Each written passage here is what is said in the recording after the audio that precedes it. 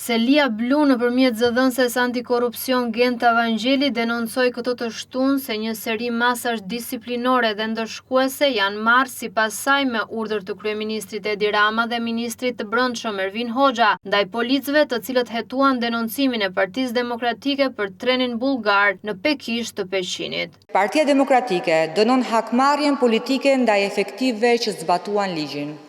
Nisur nga deponimet e strukturave të Partisë Demokratike në lidhje me vijimin e procedimit penal të iniciuar pas publikimit të një videoje nga drejtuesi i opozitës, profesor doktor Sali Berisha, ku dokumentoheshin materialet zgjedhore dhe para në një lokal në fshatin Pekisht, ju bëjmë dije se pasi policia e Elbasanit referoi çështjen prokurori dhe kjo e fundit vijoi me procedurat për ndjekje penale të rastit, strukturat e policisë shtetit janë vënë në funksion të një fushate hakmarrjeje politike. Në urdhat politik të Edi Ramës dhe në drejtimin e Ilir Prodës në policinë e shtetit, është ndërmarrë një seri masash disiplinore dhe ndëshkuese ndaj efektivëve që guxuan të veprojnë në përputhje me ligjin. Ajo përmendi me emra disa zyrtar policor të Elbasanit, ndaj të cilëve sipas saj ka nisur hetim disiplinor ose janë shkarkuar nga detyra. Konkretisht, sipas informacionit të sjellë nga deputeti i zgjedhur, zoti Blendi Himçi, është nisur procedim disiplinor ndaj shefit të krimit ekonomik në drejtorinë e Elbasanit, zoti Kliton Zhari.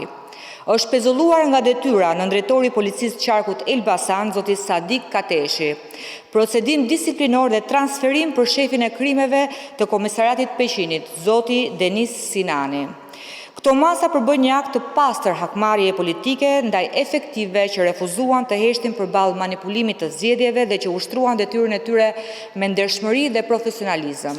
Nga ana tjetër, emra si Krenar Guçe promovohen me poste si shpërblim për shërbim në funksion të farsës zgjedhore të zhvilluar 11 maj. Partia Demokratike dënon me forcë të sjellje arbitrare dhe paralajmëron se të gjithë rastet e abuzimit me pushtetin do dokumentohen dhe të ndërshkohen sipas ligjit.